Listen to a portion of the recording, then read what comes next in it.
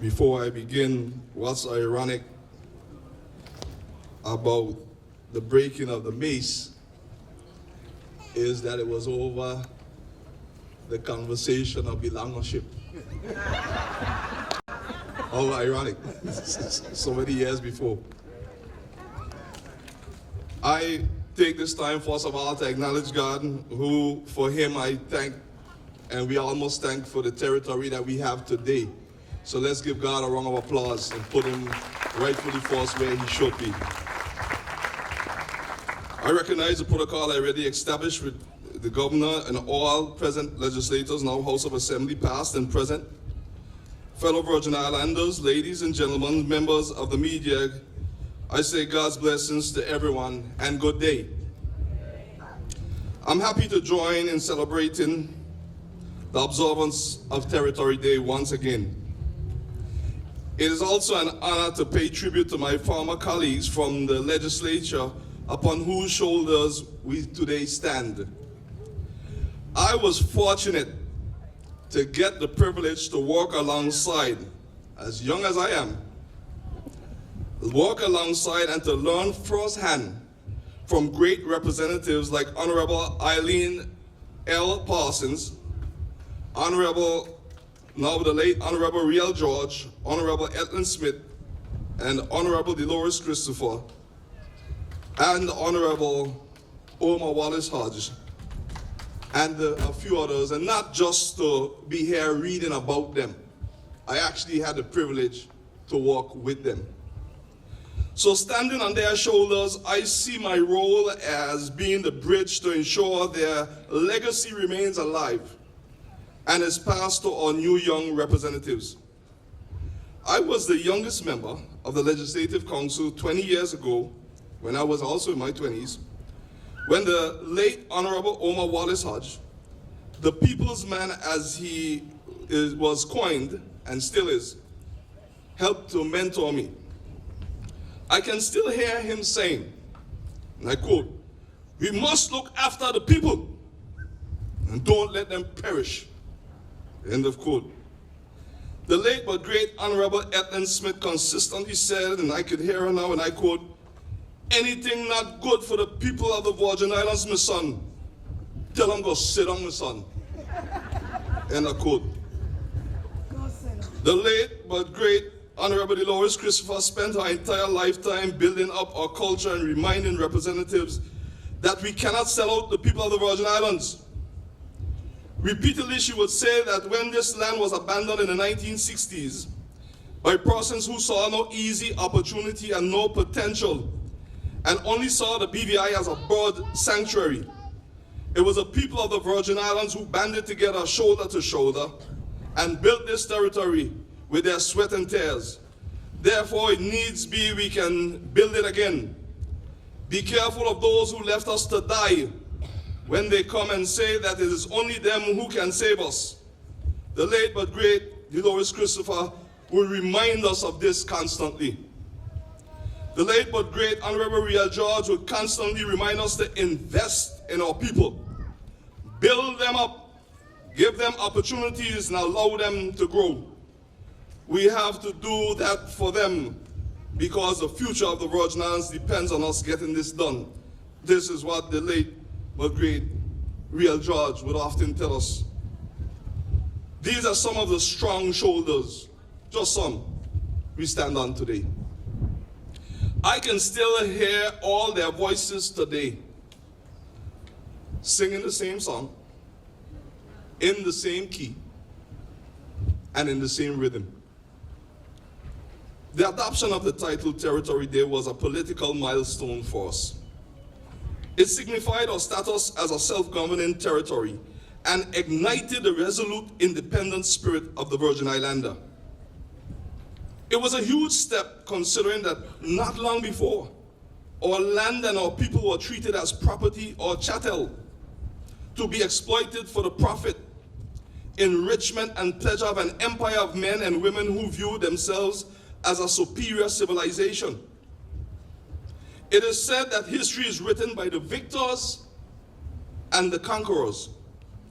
The story of the dissolution of the Leeward Islands Federation in the 1960s is sugar-coated compared to the political and economic reality. Was autonomy really a reward from the empire? History records that the truth be that our British Virgin Islands and our indigenous people were abandoned because the so-called business class believed this place could and would be nothing more than a bird sanctuary. Thus, they saw no profit to be made. And now that our ancestors and the subsequent generation of Virgin Islanders have developed these lands and created things of value, the descendants of those who threw us away, many of whom landed with the last shower of rain, feel that they alone know what is good for us and what is good for these islands, and all of a sudden we, the people of the Virgin Islands, do not have a clue what is good for us and cannot be trusted to get it done.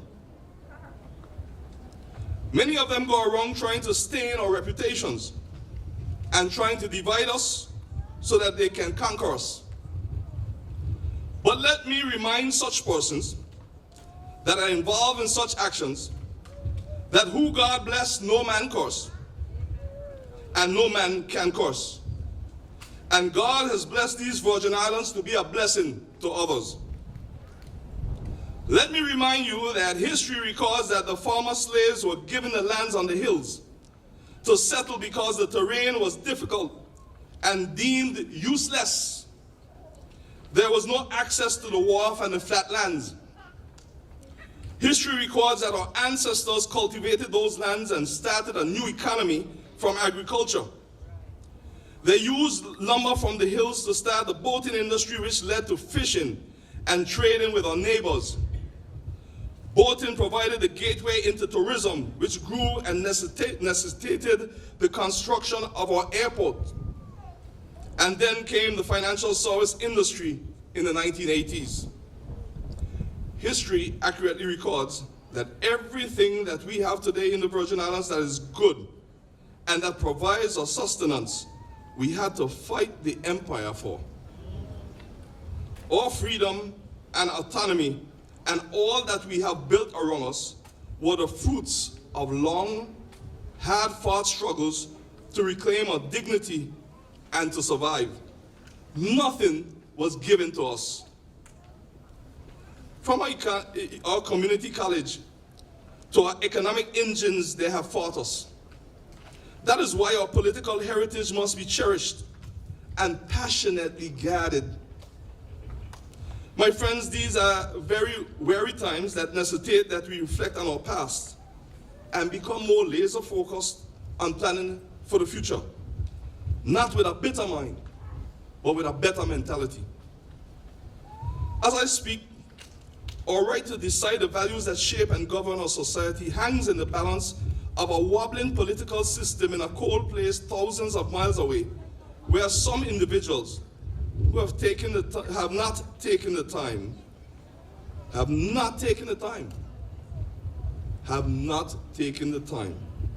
to understand the differences between our way of life and theirs, nor shown us the basic courtesy of asking us about our aspirations, wish now to dictate to us how we must live. The time is coming when we'll have to send a clearer signal that there will be no return to subjugation. If we are truly members of a family, then we must be treated and respected as such, not as second-class citizens. Anything else is unacceptable. We have and always will be a respectful people, but we must expect it to be reciprocal. I've always believed that we should not wait to be pushed off the precipice before we take stock of our situation. Our first Chief Minister, Hamilton Laverty Stout, had as his personal motto, "Where there is no vision, the people perish," drawn from Proverbs 29:18. Considering the political and economic convolutions taking place abroad, the BVI is staring down the barrel of a gun. We cannot depend on anyone to have our backs. or to prioritize our needs when that situation explodes. We have no choice but to become more self-reliant. If we do not start moving ourselves forward now, we will surely die. It is imperative now, more than ever before, that we must unite as one Virgin Islands people and forge a common vision for our territory, while respecting our present constitutional relationship. We must do this regardless of our current constitutional arrangement and issues. I envision a BVI that is highly productive, safe, and rich in opportunities, where all our citizens can have meaningful, well-paying jobs in the fields of their choosing. I can see a technology-driven BVI with proper infrastructure and high-quality, reliable services. I see a BVI in which our people are happy and prosperous. I'm fully confident in our ability as Virgin Islanders to make this a reality, as the late but great Honorable Dolores Christopher believed. Without delay, we must awaken and unleash our innovative capacity. We need to transform ourselves into a knowledge-based society so that we can develop new productive industries and extract greater value from our existing economic engines. We must become competitive in the global business world. We must dare to dream bigger. We must ignore the voices that keep telling us we must think small. We must stop majoring in the minor and step back and appreciate the broader picture and its potentials to launch us into new horizons. It is in the interest of those who do not wish to see us succeed and who wish to exploit us to keep us disorganized, disunited, and lost. I believe that people with no identity and who are constantly infighting are easier to control and manipulate. Many hold the view that colonialism has skewed the education system in the New World and the body of available knowledge to ensure that we do not and cannot appreciate our own history. The stories and accomplishments of our true heroes are seldom told, often relegated to a casual footnote. We are forced to celebrate the triumphs and traditions of persons who oppressed, abused, and violated our people up to just 184 years ago, whose achievements are derived from that inhumanity. By doing this, they have continued and reinforced the illusion that they are superior and that we are inferior and incapable of achievement. They make it difficult for us to identify role models and sources of inspiration from amongst our people. Thus, in order for us to unshackle ourselves from political, economic, and mental bondage, our people must learn the truth about our identity, and we must protect them. By highlighting and honoring our stalwarts and our heroes as they have been doing for the past few years, the Territory Day Committee has been on point, and they have started the process of educating us on our real history. Honorable Parsons, you and your team have done a yeoman service in keeping our culture alive, and we must give you a round of applause.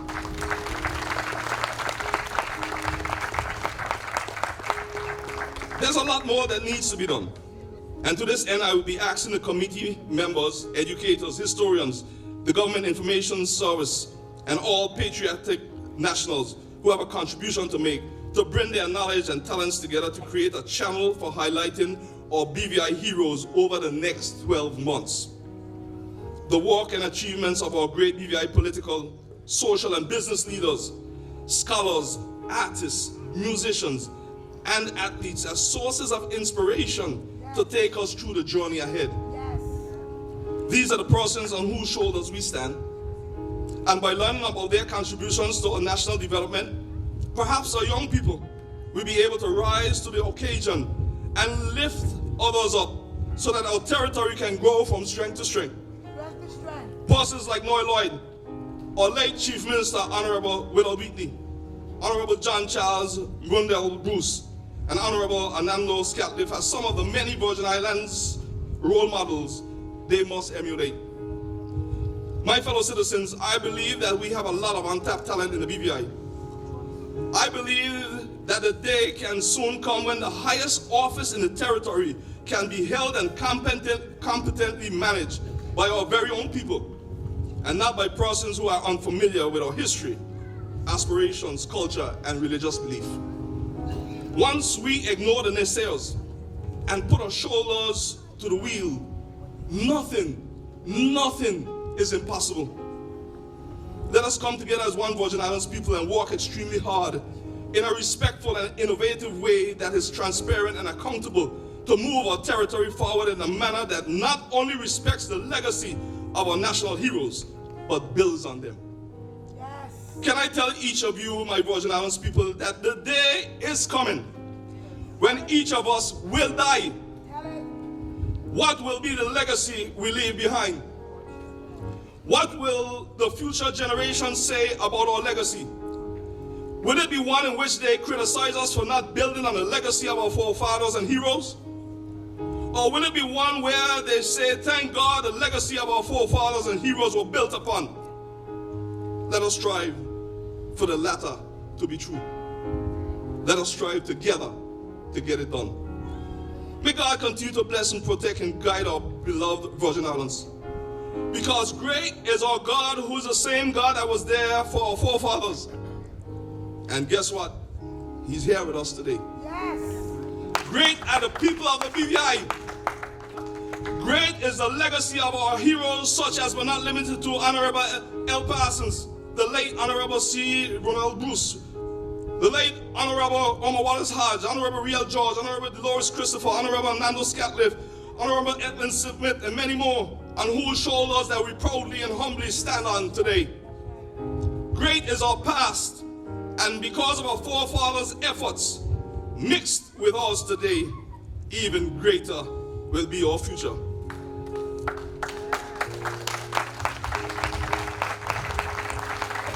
Because can I tell you that greatness is in our DNA as Virgin Islanders.